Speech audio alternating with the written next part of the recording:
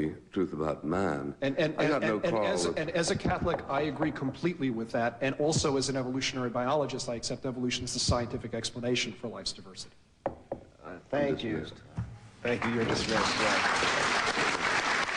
Mary Lynn, captain of the opposing team, will submit to questioning from the affirmative team.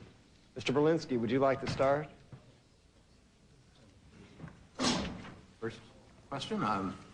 Mr. Lynn, in the New York Review of Books this year, the famous Harvard biologist Richard Lewontin, who has a very low opinion of much of what passes as evolutionary science, the work of Richard Dawkins, for instance, explained why he nonetheless believed in essentially that kind of scientific explanation.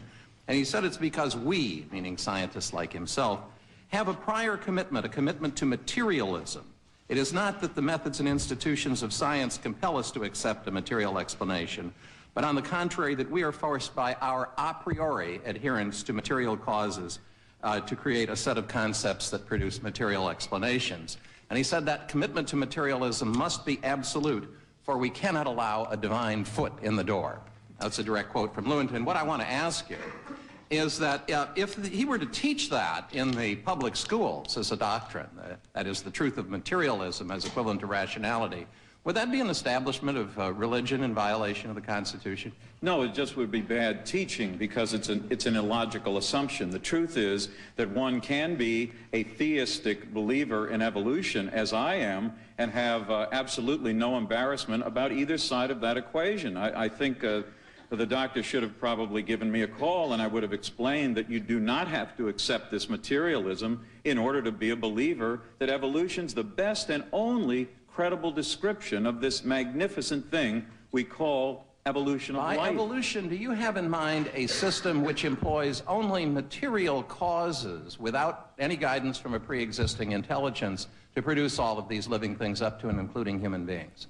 No, I certainly find it thrilling that my concept of God actually permits a God who could choose to start a process called evolution and develop in the process an incredible number of species, all of which fit in to a unique ecological niche. I find that one of the thrills of my theology. It's now, nothing you're speaking of God-guided evolution, then. Of course I am, because most Americans, as we noted earlier, do in fact find no difference with that, because unlike the members of your panel, they understand that there are some questions that are theological, some are scientific, and that scientific questions don't involve, does God exist? That's not what your scientists should do. Will you then support my effort that I've invited Eugenie Scott into already to get the National Academy of Sciences to explain clearly whether God-guided evolution is in fact permissible in the scientific area? No, because science does not speak to that question at all. What you want science to do is to be able to speak... They say it's unguided.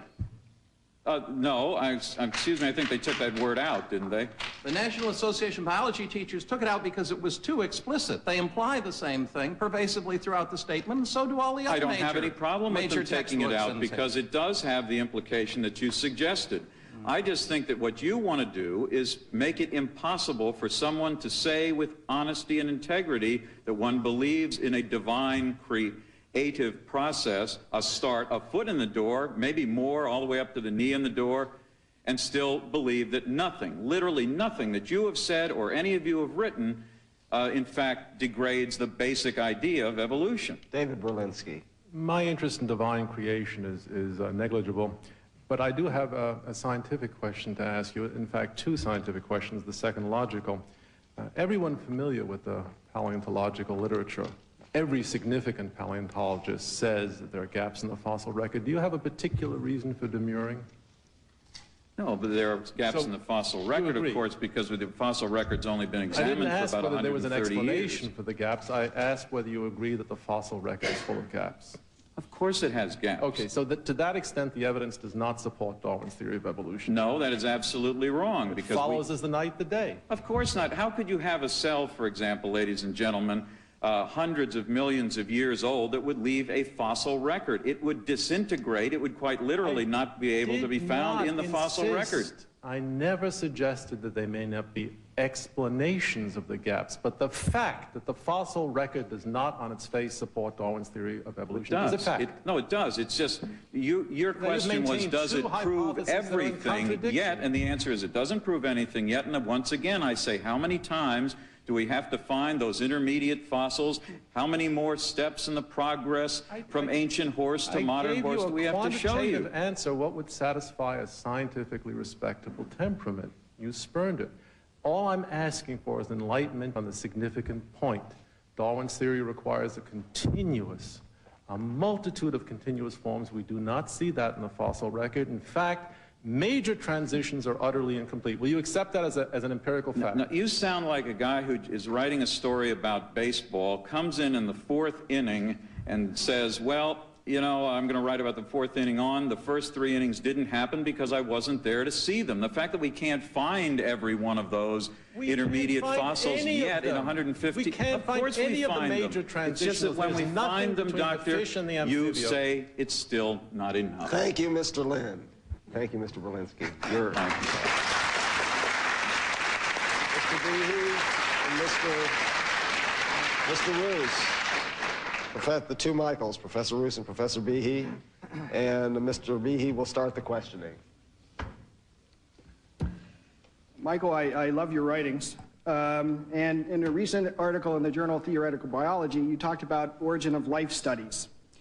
And you said, a couple of quotes, a great deal of the underpinning of discussions on the origin of life have been more philosophical than anything based in brute experience. And also, in origin of life studies, one ought to be alert for more than pure science, and that more may well be philosophical or metaphysical.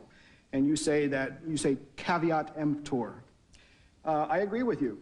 Should students be taught this? Should what? Should high school students be told about your writings? About my writings, or about origin of life? Well, I hope so. Goodness gracious, yes. I think that certainly there's a place for that. Whether one were going to discuss something like origin of life, say in a high school biology class, I think would be a different matter. And of course, in my country, in Canada, for instance, we have state-supported church schools, so there would be certainly no constitutional objection to that. I'm not sure that, though, that, for instance, given a lot of the things which are said about origin of life, whether it's Sagan or Lynn Margulis or that sort of thing, it would be appropriate at a high school biology level. But you know that, and I know that. Well, now Ken has written a good book, and it really is an excellent book. But it does... appreciate these endorsements. Yeah, I do like it. I do like it. I urge people to look at it. Haven't Ms. Scott and Mr. Lynn written good books? No, haven't. Great books, great books. But in Ken's book, he does talk about Stanley Miller's stuff, about protenoid theories. Do you think in discussion, when high school books do talk about origin of life stuff, they should consider the philosophical aspects as well? I certainly think that they should cover it. I mean, at what level, at what depth? I think you have to take it on a case-by-case basis. If, for instance, you were going to ask high school students to, say, accept Haldane's Marxism as part of the theory, obviously not. If, on the other hand, one were going to talk about evolution and say, well, these are some of the well-known experiments, these are some of the things they've done, but look, folks, be very careful. People tend to read a lot of things into this, and I hope that a good teacher would do this. I'm quite comfortable with that. I mean, high school kids are pretty bright, you know, and pretty intelligent and pretty with it. I don't think that we should dumb down biology for them. Good. Very good. Now, about 15 years ago, you, in a federal court of the United States, I think you said that one of the characteristics of science, scientific theory, is that it's falsifiable. Yes, I did. Is that correct? Can you tell me, I put up a picture of the bacterial flagellum earlier in this discussion. Can you tell me how one could falsify the assertion that it was Darwinian natural selection working on random mutation that produced that flagellum? Well, I would have thought that, for a start, you'd look at some of the molecular evidence and see, for instance, whether or not that flagellum, is that how you pronounce it? Yes, it is. For instance, whether or not the molecular evidence is, whether it, at a molecular level, it's homologous, it looks similar to things that we want to put in the same class or the same grouping? Or, for instance, does it come out more like a human or something like that? I would have thought that if, for instance, your flagellum, yes. Thank you very much. Like flagellate. As I say, I'm a philosopher, so I'm not very good. I'm good at long